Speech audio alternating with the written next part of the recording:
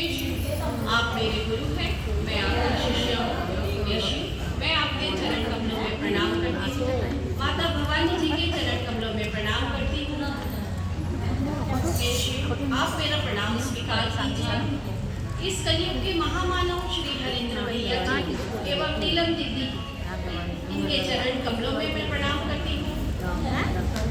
इस जगत के जितने भी शिव गुरु भाई बहन हैं तथा उनके परिवार हैं, मैं उनको दिल से हृदय से नमन करती हूँ तथा यहाँ पर उपस्थित जितने भी मेरे भाई हैं मैं उनको अपने हृदय से प्रणाम करती हूँ। मेरा प्रणाम स्वीकार कीजिए। जय शिव, आप मेरा प्रणाम स्वीकार कीजिए। हमें अपने शिव गुरु के लिए 3 सूत्रों का पालन करना पड़ता है। पहला सूत्र है अपने शिव गुरु को मन ही मन नमन करें एवं उनसे दया मांगे। द्वितीय सूत्र है हम सभी लोगों से शिव गुरु के को लेकर चर्चा करें, उनको बताएं कि शिव को हम गुरु मान सकते हैं। तृतीय सूत्र है हम 108 रुद्राक्ष के दानों से नमः शिवाय से प्रणाम कर सकते हैं तथा अपने सांसों के द्वारा हम नमः शिवाय से शिव गुरु को प्रणाम कर सकते हैं। हे शिव, आप मेरा प्रणाम स्वीकार कीजिए। मैं यहाँ पर उपस्थित जितने भी लोग हैं, जितने भी हमारे गुरु शिष्य हैं, उनको मैं ये बताना चाहती हूँ जिस प्रकार हम अभी शिव गुरु मानते हैं, शिव जी को भगवान मानते हैं, अब हम शिव गुरु मानते हैं, तो शिव गुरु हमें मिला कहाँ से, कैसे आया हमारे तक? तो एक छोटी सी मैं यूट्यूब से निकाल के बरखा दीदी का जो यहाँ अंडमान जब आए थे तो उन्होंने अपना जो भाव है हरिंद्र भैया के बारे में जो बताया है, जो बताई है, उन्हीं को मैं यूट्यूब से निकाल कर लाई हूँ।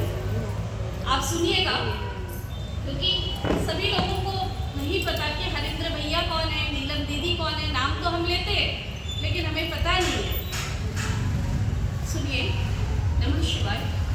साहब श्री हरिंद्रानंद जी जब 12 साल की आयु से पहले वो शिव की तस्वीरों पर पाइप से, पानी का जो पाइप होता, पाइप से बौछार करते, इस पर पानी गिराते और उस समय तस्वीर कागज की होती थी जो गल जाती थी। अगर पानी मारो तो गल जाती थी, तस्वीर गल कर नीचे गिरती। उनकी माँ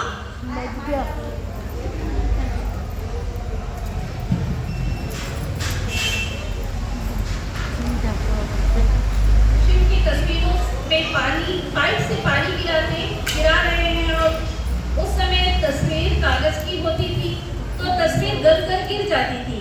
उनकी माँ कहती, क्या करते हो बड़कू, क्या करते हो बड़कू आप?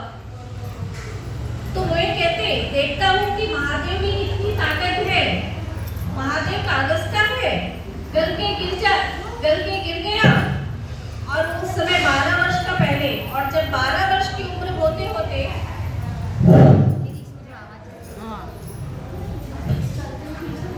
12 वर्ष की आयु होते होते उनके जीवन में कुछ ऐसे लोग मिले जो कहते थे कि आप चमत्कार सीख सकते हो। तो चमत्कार सीखने की भावना जगी।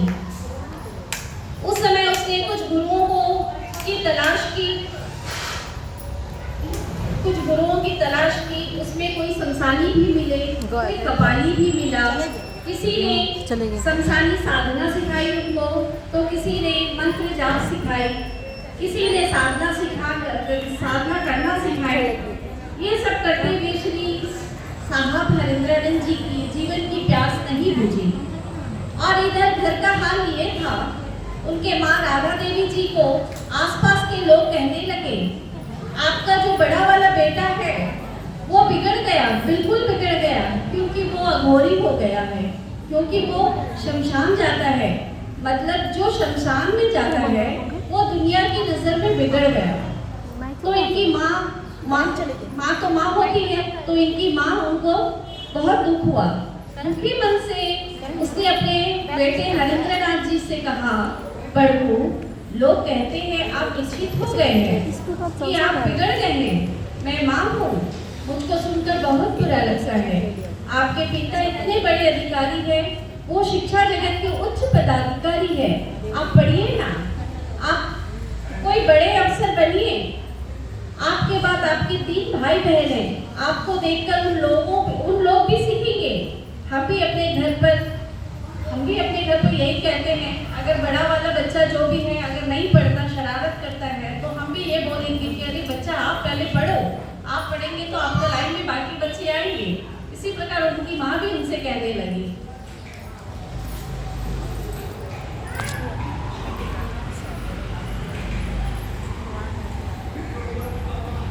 अरे तुम बनो, वरना ये भाई बहन भी बिगड़ जाएंगे और वो भी यही कहेंगे।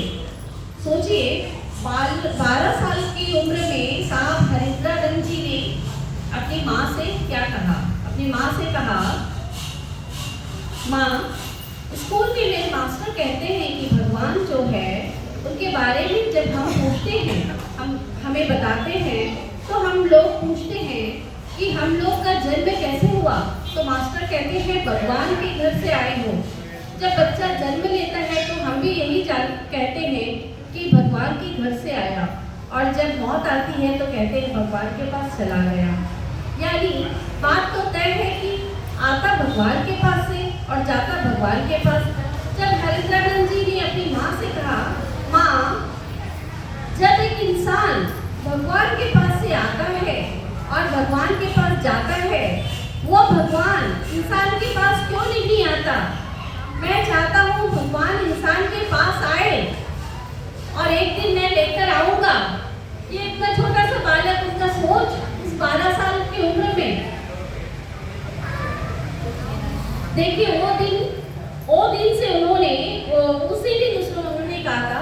और 1974 को उस समय का था जब उन्होंने अपने शिव को अपना गुरु बनाया, और आज के 8 सालों तक उन्हें लगता था सच में गुरु है कि नहीं। वो कहने लगे गुरु तो बना लिया, लेकिन 8 साल की उम्र तक उनको ये महसूस होता था, पता नहीं शिव है कि नहीं।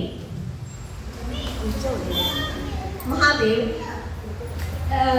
शिव गुरु है कि नहीं। महादेव पर उनके जीवन में चमत्कार होने लगे, घटनाएं होने लगे, और बाद में उनके मन में समझ लिया शिव सच में गुरु है जो दिखाई नहीं देते। ठीक वैसे जैसे कि हम सांस लेते हैं, छोड़ते हैं, तब न जीवित है। जब हम सांस लेते हैं, छोड़ते हैं, तभी तो जीवित है। हवा चारों तरफ है लेकिन दिखाई नहीं देती। अगर हवा में ऑक्सीजन ना हो तो हम सांस नहीं ले सकते, क्या जीवित रहेंगे? वो हवा दिखाई नहीं देती। वैसे उनके मन ने महसूस किया महादेव दिखाई नहीं देते हैं लेकिन है। तब उन्होंने दूसरों से कहने लगे, तब पहली बार वे जब वो कहने लगे कि शिव को मैं गुरु माना हूँ, आप भी मानिए, उसी समय वो पहली बार बीपीएससी के एग्जाम परीक्षा में बैठे और चमत्कार देखे, और वो पहले एग्जाम में डिप्टी कलेक्टर की परीक्षा पास कर ली। और किसी को विश्वास नहीं हुआ कि इतना हार्ड परीक्षा वो दी और पहली बार में वो निकल गए। और सभी लोग कहने लगे जो दिन रात शमशान जाता है और वो एक बार में परीक्षा कैसे पास कर लिया। लोग सुनिए, लोग साधु बनने के लिए अपने घर को छोड़ देते हैं, लोग तपस्या करने के लिए ब्रह्मचारी बनकर हिमालय के गोद में चले जाते हैं। ये कैसे साधु, ये कैसे संत जिन्होंने कुछ भी नहीं छोड़ा, जगत में जीते भी रहे, पढ़ाई में पास करते भी रहे। पिताजी भी चाहते थे कि कोई अधिकारी बने तो पदाधिकारी बन गए। उनके जीवन का यह पहलू और उनके जीवन का दूसरा पहलू, ये उनके जीवन का पहला पहलू था।